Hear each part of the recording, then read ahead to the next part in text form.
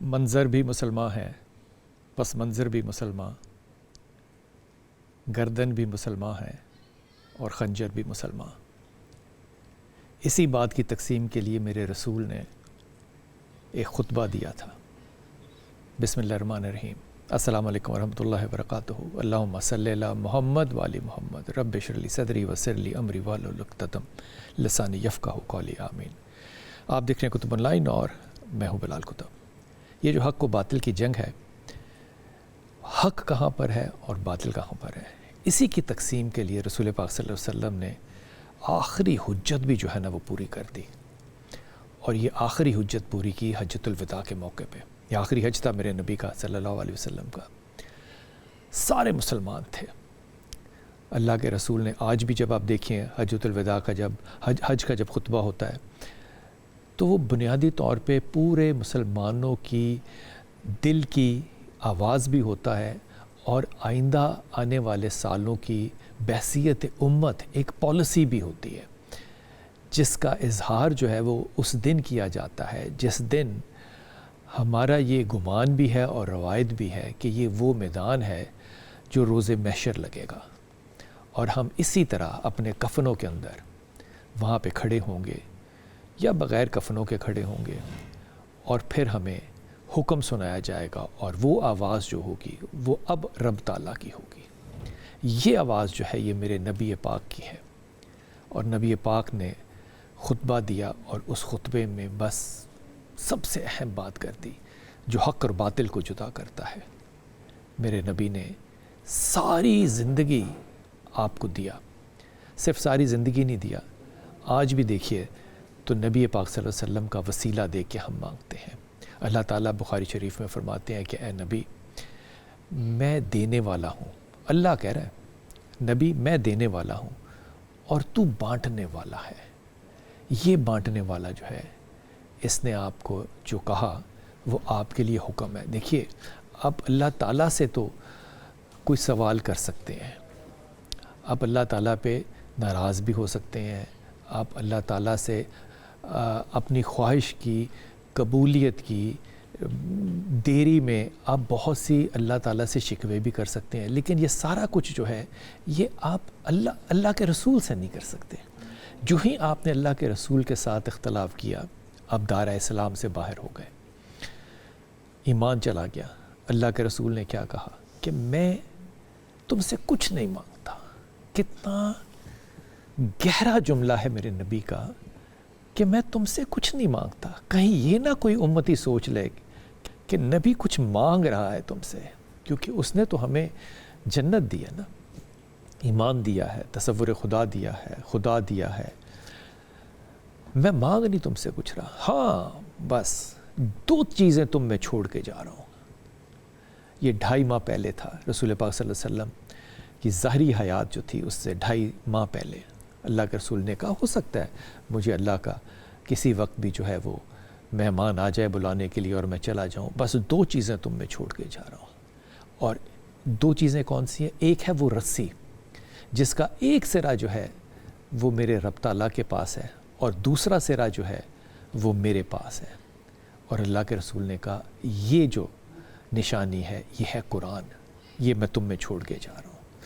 لیکن آئندہ ہو سکتا ہے تمہیں ہدایت چاہیے ہو، قرآن سے تفسیر چاہیے ہو، قرآن سے تمہیں حکمت چاہیے ہو، قرآن سے تمہیں کسی چیز کی کسی مسئلے میں قرآن سے رہنمائی چاہیے ہو، تو اس کے لیے تمہیں میں اکیلا اور تنہا نہیں چھوڑ کے جا رہا، میں اپنی اطرت اپنے اہل بیت کو چھوڑ کے جا رہا ہوں۔ چاہیے یہ تھا میرے نبی کو کہ یہاں بات کو ختم کر دیتے، نبی نے ایسا نہیں کہا۔ نبی نے کہا دیکھو میری اس اولاد کے ساتھ نرمی کرنا، اس کے ساتھ سختی کا لہجہ، سختی کا لحاظ نہ کرنا۔ 2 چیزیں چھوڑی میرے رسول نے، قرآن اور اہل بیت۔ یہ دلوں کا سودا ہے نا جو اللہ کے رسول نے کیا صلی اللہ علیہ وسلم نے۔ کون سمجھائے گا؟ سوچنے کی بات ہے، مکھی کو کون سمجھائے گا کہ وہ پھول پہ بیٹھے یا کچرے پہ بیٹھے؟ پھول پہ بیٹھنے اور کچرے پہ بیٹھنے میں بڑا فرق ہے۔ اور اس بات کو اللہ تعالیٰ نے کیسے واضح کیا؟ اللہ کہتا ہے کہ کالی رات ہو اور کالی سیاہ رات ہو، نہ تارے ہوں، نہ چاند کی روشنی ہو، نہ تاروں کی روشنی ہو، کالی سیاہ رات ہو، اس کالی سیاہ رات کے اندر ایک کالا سیاہ پہاڑ ہو، اور اس کالے سیاہ پہاڑ اور اس کالے سیاہ پتھر کے اوپر ایک کالی سیاہ چونٹی ہو۔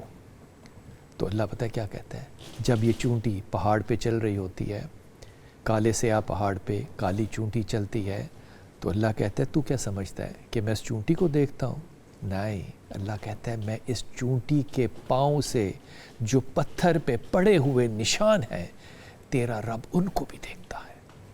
اتنے قریب سے دیکھنے والا رب جو ہے، اس کا محبوب، اس کا رسول یہ کہہ رہا ہے آپ سے کہ دو چیزیں چھوڑ کے جا رہا ہوں، ایک قرآن اور ایک میری اطرت۔ دیکھو، حرمت رکھنا، اللہ کے رسول کو اپنی اولاد کی حرمت بڑی پسند ہے نا، بڑی پسند ہے۔ یہ حرمت ہی تو ہے میرے نبی کے خاندان کی، جس میں سارے صحابہ کہتے ہیں رسول سے، یا رسول اللہ میرے ماں باپ پہ قربان۔ لیکن جب میرے رسول کی حرمت کمرے میں داخل ہوتی ہے، میرے نبی کی بیٹی کمرے میں داخل ہوتی ہے، تو میرے رسول بیٹھے ہوئے کھڑے ہو جاتے ہیں، اپنے کندھوں سے اپنی چادر کو اتار دیتے ہیں، چادر کو بچھا دیتے ہیں، اور پھر کہتے ہیں فاطمہ کو کہ آپ یہاں بیٹھیں، اور پھر ماتھا چومتے ہیں، اور پھر کہتے ہیں کہ میرے ماں باپ، رسول کہہ رہا ہے بیٹی کو، میرے ماں باپ تم پہ قربان۔ حرمت کا بڑا لحاظ ہے میرے رسول کو صلی اللہ علیہ وسلم کو۔ وہ امام جوزی کہتے ہیں نا، ہرات سے ایک قافلہ تھا، قافلہ تو نہیں تھا، خاندان تھا ایک، اس کو کسی نے خمس نہیں دیا۔ کیا مسلمان ہے، وہ غریب ہو گئے، عورت بیوہ ہو گئی، خمس نہیں ملا، انہوں نے ہجرت کی، سمرقند آ گئے، اور سمرقند آ کے ماں نے سوچا کہ بیٹیاں جوان ہیں، کہاں جاؤں گی لور لور کسی سے مانگتے مدد، بہتر ہے امیر شہر کے پاس جاؤں اور امیر شہر سے کہتی ہوں کہ ہم سید زادیاں ہیں۔ یہ بھی وقت آنا تھا کہ سید زادیوں نے جانا تھا دربار میں مانگنے کے لیے۔ وہ گئی اور امیر شہر سے کہا کہ میں رات سے آئی ہوں، سمرقند کا سفر کیا ہے، تھکے ہیں، بھوکے ہیں، وسائل نہیں ہیں، لوگوں نے زکوٰۃ تو لینی نہیں ہے، خیرات لینی نہیں ہے، خمس نہیں دیا، تو آپ سے درخواست ہے کہ آپ کچھ ہماری رہنمائی بھی کریں اور مدد بھی کریں۔ امیر تھے نا شہر کے، کہنے لگے اچھا تم لوگ اگر اہل بیت کہتے ہو خود کو، سید زادیاں کہتے ہو خود کو، تو تمہارے پاس شجرہ تو ہوگا نا اپنا۔ اس عورت نے کہا ہم سفر کر کے آئے ہیں، ہم شجرے لے کر کہاں سے آئیں؟ اس نے کہا دیکھو اس طرح تو بازار میں دنیا میں بڑے لوگ ہیں جو اپنے آپ کو یہ دعویٰ کرتے ہیں، مجھے کیسے پتہ چلے گا کہ تم لوگ اہل بیت ہو؟ اس جملے کے بعد وہ خاموش ہو گئی۔ سید زادی تھی نا، کیا بحث کرتی، باہر جا کے بیٹھی تھی سیڑھیوں پہ اپنی بیٹیوں کے ساتھ۔ اب وہاں سے ایک یہودی گزرتا ہے، اور یہودی جو ہے وہ دیکھتا ہے کہ باپردہ خواتین جو ہے وہ سڑک کے کنارے سیڑھیوں پہ دربار کے بیٹھی ہیں۔ یہ کیسی روایتیں ہیں جو ہم نے قائم کی ہیں۔ گیا پاس پوچھا کہ کہاں سے آئے ہو؟ انہوں نے کہا ہم ہرات سے آئے ہیں، سمرقند کا سفر کیا ہے، تھکے ہیں، بھوکے ہیں، پیاسے ہیں، امیر کے پاس آئے تھے اور ہماری خواہش تھی کہ امیر جو ہے وہ ہمیں خمس کی رقم بیت المال میں سے کچھ دے دیتا تو ہمارا بھی سہارا بن جاتا۔ کیا ہوا؟ اس نے کہا امیر نے نہیں دیا۔ اس نے کہا تو آپ چھوڑ، آپ میرے پاس آئے۔ یہودی ان سیدادیوں کو اپنے گھر لے گیا، اور اپنے گھر لے جا کے اس نے اپنی بیوی کو بلایا، اپنی بیٹی کو بلایا، کہا دیکھو یہ ہمارے رشتہ دار ہیں۔ اب غور کیجئے کہ یہودی کیا کہہ رہے ہیں، کیونکہ ابراہیم کے ہیں نا یہ سب، اسی لڑی سے کہا یہ ہمارے آباء و اجداد کے رشتہ دار ہیں، یہ یہاں آئے ہیں، ان کو پیاس لگی ہے، بھوک لگی ہے، ان کے لیے صبح کچھ سوچیں گے کہ ان کو کیا کرنا ہے، کیسے ان کو یہاں آباد کرنا ہے، فی الحال ان کو رات کو کھانا وانا کھلائیں اور ان کو یہاں سونے دیں، ان کو آرام کرنے دیں، اور دیکھو اس بات کا خیال رکھنا کہ یہ سید زادیاں ہیں، ان کے پردے کا بھی خیال رہے اور ان کی جو پریویسی ہے وہ بھی قائم رہے۔ رات ہو گئی، سو گئے۔ امیر شہر کو رات کو خواب آیا، اور خواب میں اس نے زیارت رسول کی صلی اللہ علیہ وسلم، اور زیارت کہاں کی؟ اس نے جنت میں، وہ اللہ کے رسول کے ساتھ جنت میں چہل قدمی کر رہا ہے۔ کتنے فخر کی بات ہے۔ اور اللہ کے رسول اس کو دکھا رہے ہیں کہ دیکھو یہ اس کا گھر ہے، یہ اس کا گھر ہے، یہ اس کا گھر ہے، یہاں میں رہوں گا، یہاں میری زوجہ رہے گی، یہ اماں عائشہ کا گھر ہے، یہ علی کا گھر ہے، یہ فلاں کا گھر ہے۔ ایک گھر کو اللہ کے رسول نے نہیں بتایا۔ امیر شہر پوچھتا ہے رسول سے، یا رسول اللہ یہ گھر کس کا ہے؟ کہا ہاں یہ اس یہودی کا ہے جو تمہارا ہمسایہ ہے۔ کہا یہودی کا گھر جنت میں یا رسول اللہ؟ کہا ہاں۔ کہا یا رسول اللہ میرا گھر کہاں ہے؟ کہا امیر شہر سے کہا تیرا گھر تو جنت میں نہیں ہے، تو جنت میں نہیں ہے۔ یہ خواب دیکھ رہا تھا تو ایک دم گھبرا کے اس کی آنکھ کھل گئی۔ وہ گھبرایا ہوا تھا کہ میرا جنت میں گھر نہیں ہے اور یہودی کا ہے، یہ سودا تو بڑا مہنگا پڑ گیا مجھے۔ اس کو خیال آیا کہ وہ جو سید زادیاں تھیں وہ تو یہودی لے گیا۔ وہ یہودی کے گھر گیا اور یہودی کو اس نے اٹھایا۔ یہودی کو کہتا ہے کہ دیکھو وہ سید زادیاں جو ہیں وہ مسلمان ہیں، وہ مجھے واپس کر دو، وہ میری مہمان ہے۔ یہودی نے کہا نہیں میں واپس نہیں کروں گا۔ اس نے کہا میری مہمان ہے۔ اس نے کہا آپ کی مہمان نہیں ہے، وہ میری مہمان ہے۔ یہ بھی بحث ہو رہی تھی تو امیر شہر جو ہے نا، تکبر ہوتا ہے نا امیر شہر کا، اس نے کہا اچھا مجھ سے اتنا پیسہ لو، مجھ سے اتنا پیسہ لو، مجھ سے اتنا پیسہ لو۔ اس نے کہا یہ واپس نہیں کروں گا۔ اس نے کہا کیوں واپس نہیں کرو گے تم؟ اتنا پیسہ میں دے رہا ہوں۔ اس نے کہا امیر شہر سے، اس نے کہا تو نے رات کو خواب دیکھا ہے نا جس میں رسول تھے؟ اس نے کہا ہاں۔ تجھے کیسے پتہ ہے؟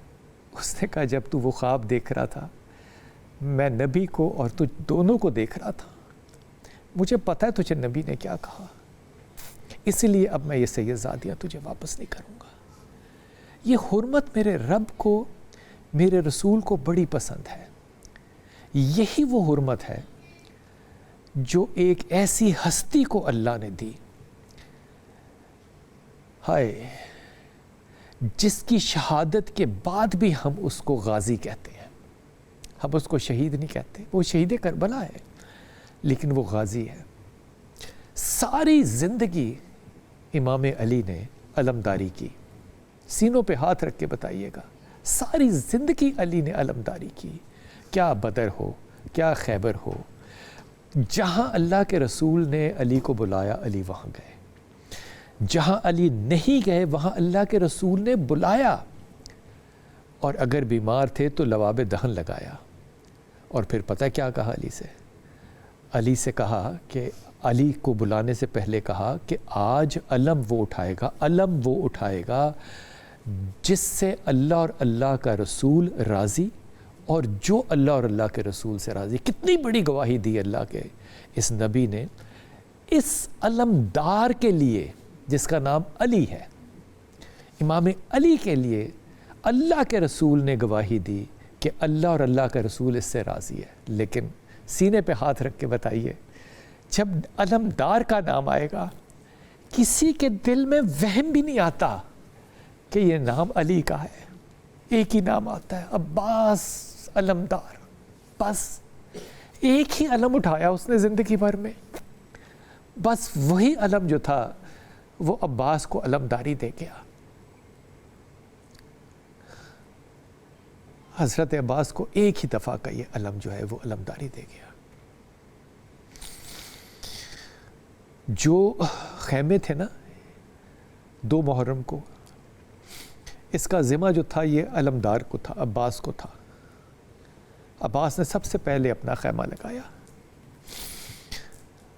اپنا خیمہ لگانے کے بعد تاکہ کوئی بھی اس خیمے سے آگے نہ جا سکے، پھر اماموں کے خیمے لگے، پھر اماموں کے خیموں کے بعد یہ خیمہ گاہ آج بھی موجود ہے، پھر بیویوں کے لگے اور بچوں کے لگے خیمے، آخر میں بیویوں کے لگے۔ اور جب بیویوں کے خیمے عباس لگا رہا تھا، مجھے لگتا ہے عباس کو علم تھا کہ حسین نے اپنی بہن کی کلائیوں پہ بوسہ کیوں دیا تھا، اسے علم تھا۔ یہ سیدانیوں کے ہاتھ جو ہیں یہ رسیوں میں باندھے جائیں گے۔ اس لیے جب وہ سیدزادیوں کے خیمے لگا رہا تھا تو وہ اونچا اونچا درود پڑھ رہا تھا، اللہم صلی اللہ، اللہم صلی اللہ محمد علی محمد۔ علم ہوگا 2 محرم کو وہ خیمے جو عباس نے لگائے، 10 محرم کو مسلمانوں نے ان خیموں کو آگ لگا دی، اور ان خیموں میں سے بچوں کی چیخیں، عورتوں کی چیخیں نہیں، بچوں کی چیخیں، آگ لگی ہو تو کتنی گہما گہمی ہوتی ہے، لیکن اس ساری گہما گہمی میں تاریخ گواہ ہے ایک بھی عورت کی آواز خیمے سے باہر نہیں آئی۔ اگر آواز باہر آئی تو وہ بچوں کی چیخوں کی آئی، ان بچوں کی چیخوں کی جو اپنے باپ کے سینے پہ سونے کے عادی تھے۔ ہائے کمال کیا مسلمانوں نے، عباس کے لگائے ہوئے 2 محرم کے خیمے 10 محرم کو ہم نے جلا دیے۔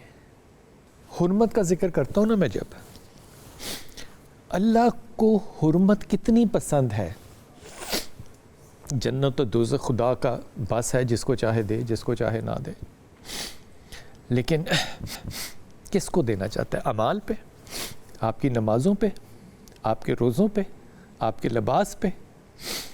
ہائے ہائے ہائے ہائے، اللہ کس طرح جنت کو بانٹنا چاہتا ہے۔ محبت اہل بیت اسی لیے ہے نا کہ اللہ ہمیں جنت دے، کیونکہ ہم نے ملنا ہے نا جا کے ان سے حوض کوثر پہ، اور جب حوض کوثر پہ ملیں گے انشاءاللہ تعالیٰ تو اللہ کا رسول پوچھے گا تو ضرور ہم سے کہ میری اولاد کے ساتھ تم نے میری بات کیا کیا، پوچھے گا۔ ظلم نہیں، شہادت نہیں، دلوں کے راز پوچھے گا۔ اما عائشہ کو رسول نے بلایا، یہ رسول کا مزاج نہیں ہے، یہ خدا کا مزاج ہے کہ مانگو کیا مانگتے ہو، یہ خدا کا مزاج ہے، یہ نبیوں کا مزاج نہیں ہے۔ اللہ کے رسول نے بلایا میری ماں کو اور کہا کہ آج جو چاہو مانگو۔ معراج ہو چکی تھی، اللہ کے رسول راضی تھے بڑے، کیونکہ طائف کا واقعہ بھی ختم ہو چکا تھا۔ اللہ کے رسول نے پوچھا کیا چاہتی ہو، کیا مانگنا ہے؟ یہ مزاج نبی نہیں تھا، بیوی کو بھی پتا تھا۔ بیوی نے کہا یا رسول اللہ میں جو بھی مانگوں گی دے دیں گے؟ کہا ہاں عائشہ آج جو بھی چاہو مانگو میں دے دوں گا۔ کہا پہ ٹھہریں ذرا، میں مشورہ کر کے آؤں۔ والد کے پاس چلی گئی مشورہ کرنے کے لیے، اور والد سے کہا کہ والد تو والد ہیں لیکن امتی بھی تو ہے نا۔ والد سے کہا کہ آپ کے نبی نے اور میرے شوہر نے، نبی ماں بھی امتی ہیں، کہا ہے کہ جو چاہو مانگ لو، آج میں دے دوں گا۔ ہائے کیا مانگا آگے۔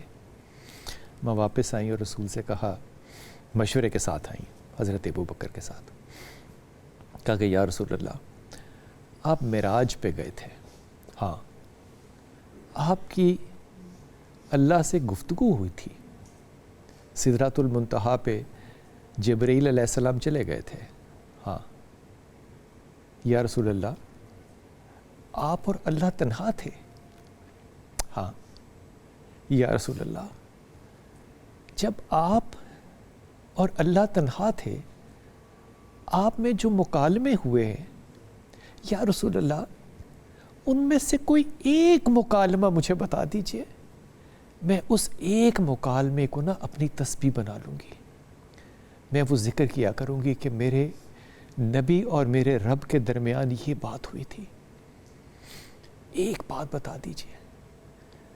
نبی کو چاہیے تھا نمازوں کا ذکر کرتے، نبی کو چاہیے تھا روزے کا ذکر کرتے، لباس کا ذکر کرتے، اور ایسی چیزوں کا ذکر کرتے جو ہمارے عقائد میں ہیں اور صحیح ہیں۔ اللہ کے نبی نے ایسا نہیں کہا۔ اللہ کے نبی نے کہا عائشہ جب میں اور اللہ تنہا تھے اللہ کہاں تنہا ہے؟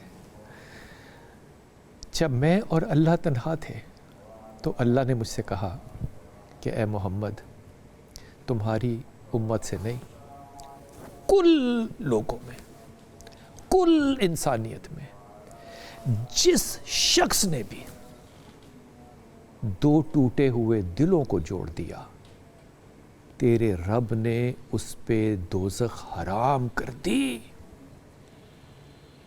اللہ نے دلوں کو جوڑنے پہ جنت دے دی۔ ہم نے اماموں کی گردن پہ چھری چلانے سے پرہیز نہیں کیا۔ اِنَّ لِلَّهِ وَإِنَّا إِلَيْهِ رَاجِعُونَ۔ کیسے لوگ ہیں؟ حضرت عباس نے اجازت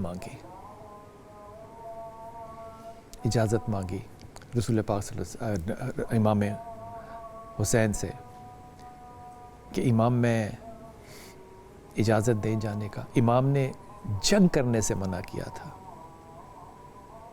عباس نے اجازت کس بات پہ مانگی؟ پیاس برداشت نہیں ہو رہی تھی؟ ایک بات پہ، سکینہ کی پیاس نہیں دیکھی جا رہی تھی، اور امام عباس کو اجازت دینا نہیں چاہتے تھے۔ لیکن میرا گمان یہ کہتا ہے کہ امام کا یہ بھی دل ہوگا کہ عباس سے دیکھا نہیں جائے گا جب سکینہ اپنے بابا کو ڈھونڈے گی، عباس سے دیکھا نہیں جائے گا جب سکینہ کی بالیاں اس کے کانوں سے چھینی جائیں گی، عباس سے دیکھا نہیں جائے گا جب سکینہ تنہائی کی قید کاٹے گی، عباس سے دیکھا نہیں جائے گا جب وہ قافلوں کے ساتھ دھوپ اور پیاس میں سیدہ زینب کے ساتھ سفر کرے گی، عباس سے دیکھا نہیں جائے گا۔ امام کو علم تھا، امام نے کہا نہیں تم جاؤ، لیکن دیکھو لڑنا نہیں ہے۔ اس لیے عباس ذرہ پہن کے نہیں گئے۔ عباس نے مشکیزہ لٹکایا اپنے سینے کے اوپر، سواری پہ بیٹھے، علم ہاتھ میں تھا، اور چلے گئے دریا پہ۔ یہ ذہن میں رکھیے گا کہ یہ ساری جاگیر جو ہے یہ امام نے خرید لی تھی۔ جب عباس پہنچے دریا پہ تو دریا کے درمیان میں جا کے عباس نے اپنا علم قائم کیا، یہ بتانے کے لیے کہ یہ پانی ہمارا ہے۔ پانی بھرا، پانی بھر کے واپس آئے، واپس آ کے بڑی خوشی کے ساتھ اپنی سواری پہ بیٹھے، علم کو سینے سے لگایا، ایک ہاتھ میں پکڑا اور سواری واپس کرنے لگے۔ شاید 30 قدم دور گئے ہوں گے، شاید، کیونکہ وہ جگہ میں نے دیکھی ہے، شاید 30 قدم گئے ہوں گے کہ درخت کے پیچھے سے اوٹ سے نکل کے ایک، میں شخص ہی کہہ سکتا ہوں، مسلمان کہا تو دل دکھے گا کہ ایک مسلمان یہ کیسے کر سکتا ہے۔ اس نے وار کیا، علمدار کا ایک بازو کٹ گیا۔ علمدار کو دوسرے ہاتھ میں تلوار پکڑنی چاہیے تھی لڑنے کے لیے، علمدار نے تلوار نہیں پکڑی، علم پکڑا کہ علم نہ گر جائے۔ یہ تقدس ہے، یہ حرمت ہے۔